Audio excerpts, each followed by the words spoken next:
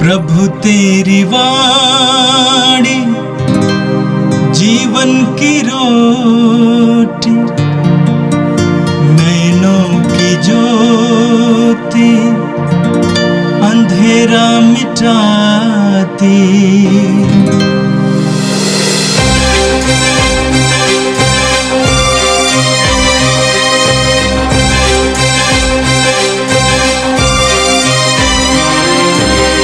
प्रभु तेरी वाणी जीवन की रोटी, नैनों की ज्योति अंधेरा मिटाती।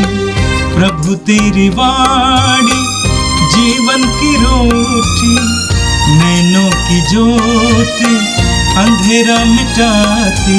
वाणी वाणी वाणी वाणी वाणी पवित्र है, शाश्वत है, जीवन का मन्ना है। 17 जुलाई शुक्रवार। पहला पाठ नबी ईसायास का ग्रंथ, अध्याय 38, वाक्यांश 1 से 6, 21 से 22, 7 से 8 तक। उन दिनों हिजकिय्याह इतना बीमार पड़ गया कि वह मरने को हो गया। आमोस के पुत्र नबी ईसायास ने उनके यहाँ जाकर कहा, प्रभु यह कहता है, अपने घरवार की समुचित व्यवस्था कीजिए, क्योंकि आपकी मृत्यु होने वाली है, आप अच्छे नहीं हो सकेंगे। हिजकिय्याह ने दीवार की ओर मुँह कर प्रभु से यह प्रार्थना की, हे प्रभु, कृपया याद कर कि मैं ईमानदारी और सच्चे हृदय से तेरी सेवा करता रहा और जो तुझे प्रिय है वही करता रहा। और हिजकिय्याह फूट फूट कर रोने लगा।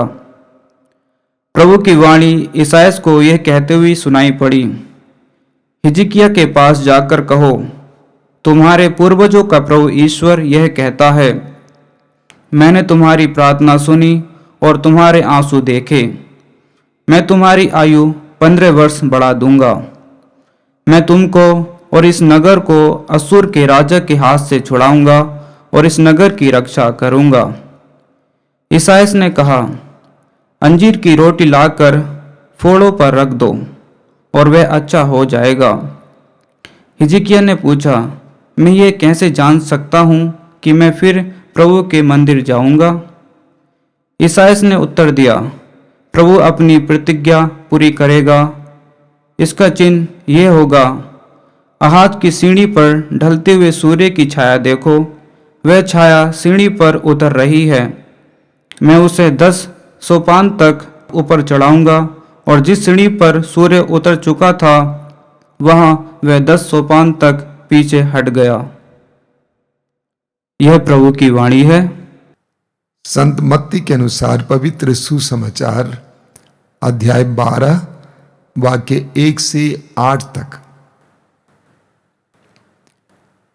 ईसा किसी विश्राम के दिन गेहूं के खेतों से होकर जा रहे थे।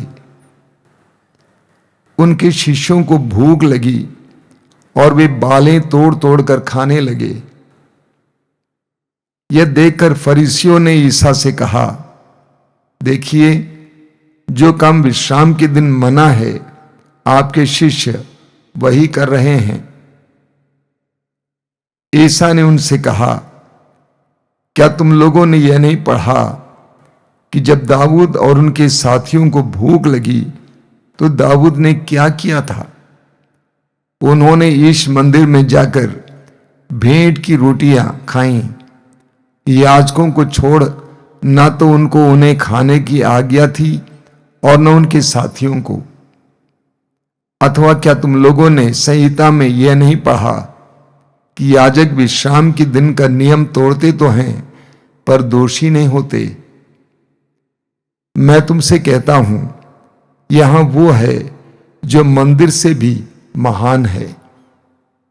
मैं बलिदान नहीं बल्कि दया चाहता हूं। यदि तुम लोगों ने इसका अर्थ समझ लिया होता तो निर्दोषों को दोषी नहीं ठहराया होता, क्योंकि मानव पुत्र विश्राम के दिन का स्वामी है। यह प्रभु का दिव्य सुसमाचार है। ख्रिस्त प्रभु की जय। मेरे प्रिय भाई और बहनों, प्रभु यीशु ने गहरी प्रार्थना के बारे में, सच्ची प्रार्थना के बारे में यूहन्ना के सुसमाचार के अध्याय 4 वाक्य 24 में कहा है। प्रभु ने कहा, ईश्वर आत्मा है और उसके आराधकों को चाहिए कि आत्मा और सच्चाई से उसकी आराधना करें। इसका एक बहुत सुंदर उदाहरण आज के पहले पाठ में हमें मिला, राजा हिजकिय्याह का उदाहरण। राजा हिजकिय्याह यूदा का राजा था। इस्राएल के करीब करीब सभी राजा ईश्वर के मार्ग से भटक गए थे। उन्होंने ईश्वर के नियमों का उल्लंघन किया और जनता को भी भटका दिया। लेकिन राजा हिजकिय्याह ऐसा राजा ठहरा जो ईश्वर के प्रति वफादार था, ईश्वर के नियमों का पालन करता था, ईश्वर पर भरोसा रखता था, ईश्वर के बताए हुए मार्ग पर चलता था। अब हिजकिय्याह बीमार पड़ गया, गंभीर रूप से बीमार पड़ गया। ऐसी अवस्था में नबी यशायाह को प्रभु ईश्वर हिजकिय्याह के पास भेजता है। यशायाह ने उसके वहां जाकर उससे कहा, प्रभु ये कहता है, अपने घर बार की समुचित व्यवस्था करो, क्योंकि तुम्हारी मृत्यु होने वाली है, तुम अच्छे नहीं हो सकोगे।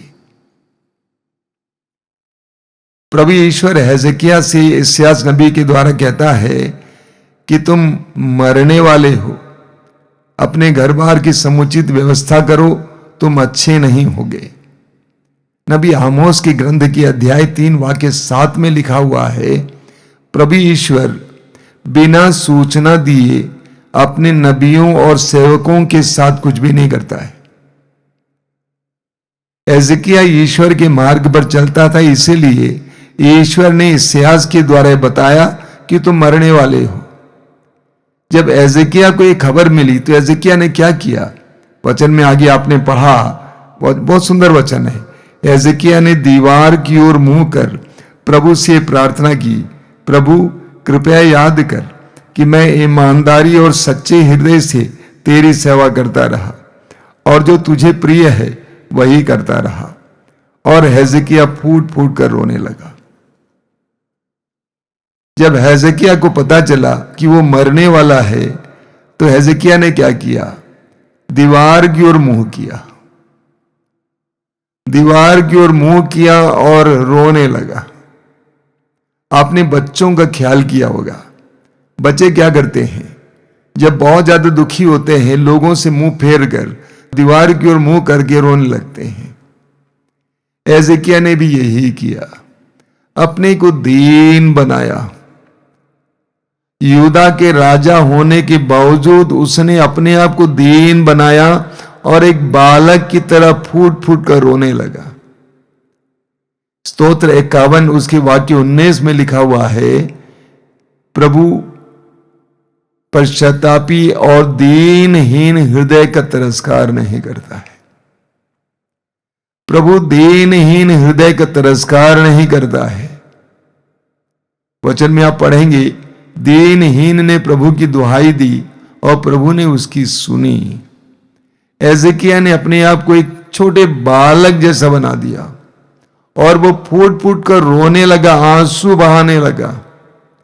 स्तोत्र 56 पढ़िएगा, वाक्य 9 में लिखा हुआ है कि मेरी विपत्तियों का विवरण और मेरे आंसुओं का लेखा तेरे पास है। एक एक बूंद आंसू जो आपने प्रभु के सामने गिराया है, बहाया है, उसका लेखा प्रभु के पास है। जब हिजकिय्याह ने अपने आप को दीन बनाया, छोटा बनाया, नम्रता पूर्वक प्रभु को याद दिलाते हुए प्रार्थना की, तो प्रभु ने क्या कहा? प्रभु की वाणी यशायाह को यह कहते हुए सुनाई पड़ी, हिजकिय्याह के पास जाकर कहो, तुम्हारे पूर्वजों का प्रभु ईश्वर ये कहता है, मैंने तुम्हारी प्रार्थना सुनी और तुम्हारे आंसू देखे, मैं तुम्हारी आयु 15 वर्ष बढ़ा रहा हूं। हिजकिय्याह की प्रार्थना प्रभु के कान तक पहुंची। हृदय खोल कर एजेकिया ने एक बालक की तरह प्रार्थना की, और एजेकिया की प्रार्थना का फल तुरंत उसे प्राप्त हुआ। 15 साल तक उसकी उम्र बढ़ाई गई। मेरे प्रिय भाई और बहनों, हमारे जीवन में भी अचानक विपत्तियां टूट पड़ती हैं, परेशानियां आती हैं, रोग आते हैं, विफलताएं आ जाती हैं। हमें क्या करना चाहिए? निराश होना चाहिए, उदास होना चाहिए? हमें प्रभु के समक्ष जाना चाहिए, एक बालक की तरह, बालिका की तरह। जैसे एजेकिया राजा होने के बावजूद दीवार पकड़कर फूट फूट कर रोने लगा, उसी तरह प्रभु के सामने आकर ईमानदारी के साथ रोने की आवश्यकता है। प्रभु हमारे आंसुओं को गिनेगा, हम पर दया करेगा। पर आज का सुसमाचार सन्मति के सुसमाचार के अध्याय 12 से लिया गया था। वचन में आपने सुना, ईसा किसी विश्राम के दिन गेहूं के खेतों से होकर जा रहे थे। उनके शिष्यों को भूख लगी और वे बालें तोड़ तोड़ कर खाने लगे। यह देखकर फरीसियों ने ईसा से कहा, देखिए, जो काम विश्राम के दिन मना है, आपके शिष्य वही कर रहे हैं। सुसमाचारों में हम पढ़ते हैं कि प्रभु यीशु की शिक्षाओं को आम जनता बड़ी चाव से सुनती थी। यहां तक कि वचनों में लिखा हुआ है, लोग शुद्ध बुद्ध होकर प्रभु को सुनते थे। लेकिन दूसरी तरफ जो यहूदी धर्म के धर्म गुरु थे, धर्म नेता थे, वे यीशु में गलती ढूंढते थे, दोष ढूंढते थे। सुसमाचार में आपने सुना कि एक दिन प्रभु यीशु गेहूं के खेतों से होकर जा रहे थे, शिष्य उनके साथ थे। फसल पकी थी और फरीसी लोग इस ताक में थे कि यीशु और उनके शिष्य क्या गलती करने जा रहे हैं। और शिष्यों को भूख लगी। उन्होंने क्या किया? उन्होंने कुछ बालें तोड़ तोड़ कर रास्ते में अपने हाथों से मसल कर खाना शुरू कर दिया। और ये फरीसियों ने देखा और प्रभु से कहा, देखिए, विश्राम दिवस में जो मना है आपके शिष्य वही कर रहे हैं। हम जानते हैं प्रभु ईश्वर ने 10 नियम दिया इस्राएलियों को, यहूदियों को। उन 10 नियमों में एक नियम है विश्राम दिवस को पवित्र बनाए रखना। यहूदी लोग शनिवार के दिन को विश्राम दिवस मानते थे और इस दिन वे कोई काम नहीं करते थे, कोई भी काम नहीं करते थे, यहां तक कि भोजन भी नहीं पकाते थे। भोजन पकाकर रखा करते थे। आज भी इस्राएली लोग, यहूदी लोग इस मामले में कट्टर हैं। शनिवार के दिन कोई काम नहीं करते हैं। अब शिष्यों को भूख लगी और उन्होंने गेहूं की बालें तोड़ तोड़ कर खाने लगे, मसल कर खाने लगे। फरीसियों ने उसमें भी गलती ढूंढी। बालें तोड़ना मना है, बालें तोड़ना कटनी के बराबर है। विश्राम दिवस में कटनी करना मना है और बालों को मसलना दौरी करने के बराबर है। इसीलिए फरीसियों ने कहा, आपके शिष्य नियम को तोड़ रहे हैं। कभी कभी कई धर्म के लोग, यहूदी लोग ज्यादा कट्टर थे, अपने नियमों के बारे में इतने कट्टर हो जाते हैं कि वे नियम के शिकार बन जाते हैं, नियम के गुलाम बन जाते हैं, वे नियमों में अंधे बन जाते हैं। फरीसी भी ऐसे थे, नियमों के गुलाम बन गए थे, नियमों में अंधे बन गए थे, नियमों की आत्मा नहीं जानते थे इसका मतलब क्या है। प्रभु यीशु के अंदर क्रोध आया होगा। प्रभु ने उनको क्या जवाब दिया? प्रभु ने कहा, क्या तुम लोगों ने यह नहीं पढ़ा है कि जब दाऊद और उनके साथियों को भूख लगी तो दाऊद ने क्या किया था? सामुएल के पहले ग्रंथ के अध्याय 21 में हमें पढ़ने को मिलता है। सामुएल का पहला ग्रंथ अध्याय 21 में जब दाऊद और उनके साथी राजा साउल से भाग रहे थे, पलायन कर रहे थे, उनको भूख लगी और वे मंदिर में प्रवेश किए। पुरोहित से पूछा कि हमारे लिए कुछ रोटियां हैं खाने के लिए। पुरोहित ने कहा, वेदी पर रखी हुई पवित्र रोटियां हैं। दाऊद ने कहा दीजिए हम लोग खा लेते हैं। हालांकि ये खाने की अनुमति नहीं थी, लेकिन दाऊद ने किया। प्रभु इस तरह उनको कठोरता पूर्वक जवाब देते हैं। आगे प्रभु कहते हैं, अथवा क्या तुम लोगों ने संहिता में ये नहीं पढ़ा कि याजक विश्राम के दिन का नियम तोड़ते हैं पर दोषी नहीं होते। पुरोहित विश्राम दिवस का नियम तोड़ सकते थे, लेकिन वे दोषी नहीं हो सकते थे। प्रभु यीशु परोक्ष रूप से बता रहे थे कि वो महापुरोहित हैं और शिष्य पुरोहित हैं, इसीलिए उनको ये नियम तोड़ने का अधिकार है। आगे प्रभु ने उन्हें बताया कि मैं बलिदान नहीं बल्कि दया चाहता हूं। यदि तुम लोगों ने इसका अर्थ समझ लिया होता तो निर्दोषों को दोषी नहीं ठहराया होता। वचन में लिखा हुआ है, मैं बलिदान नहीं बल्कि दया चाहता हूं। यहूदी लोग बलिदानों पर, नियमों पर बहुत जोर देते थे, लेकिन उनके अंदर दया की कमी थी, प्रेम की कमी थी। पूरी पवित्र बाइबल हमें सिखाती है कि ईश्वर प्रेम है। यहूदी अपने नियम, प्रभु के दिए हुए नियमों में अंधे बन गए थे। उनके अंदर दया नहीं थी, करुणा नहीं थी, प्रेम नहीं था। प्रभु कहते हैं, वचन में लिखा हुआ है, मैं बलिदान नहीं बल्कि दया चाहता हूं। आगे प्रभु उनसे यह भी कहते हैं, मानव पुत्र विश्राम के दिन का स्वामी है। वहां पर प्रभु यीशु अपने ईश्वरत्व को प्रकट करते हैं। प्रभु स्वयं जानते थे कि वे अपने पिता से आए हैं। प्रभु स्वयं जानते थे कि उनके अंदर अधिकार है। सुसमाचार में हम पढ़ते हैं लूकास अध्याय 5 में कि प्रभु यीशु ने एक अर्धांग रोगी को चंगा किया, फरीसियों को दिखाने के लिए कि मुझे पाप क्षमा करने का भी अधिकार है। यीशु को अधिकार है। यीशु ईश्वर थे, ईश्वर के पुत्र थे, इसीलिए यीशु विश्राम दिवस के स्वामी थे। यीशु स्वयं ईश्वर में निहित थे, जिस ईश्वर ने ये 10 नियम दिए थे। मेरे प्रिय भाई और बहनों, फरीसियों और शास्त्रियों की धार्मिक कट्टरता में कभी कभी हम भी सहभागी होते हैं। हम भी कभी कभी नियम के गुलाम बन जाते हैं, धार्मिक नियम के गुलाम बन जाते हैं, अन्य नियमों के भी गुलाम बन जाते हैं। एक बार एक शास्त्री ने प्रभु से पूछा कि सबसे बड़ा नियम क्या है। आपको याद है प्रभु ने क्या कहा? सबसे बड़ा नियम यह है कि तुम अपने प्रभु ईश्वर को सारे हृदय से, सारी बुद्धि से, सारी आत्मा से और सारी शक्ति से प्यार करो और अपने पड़ोसी को अपने समान प्यार करो। मार्कुस अध्याय 12 वाक्य 30 और 31। ये सभी नियमों का आधार है या आत्मा है।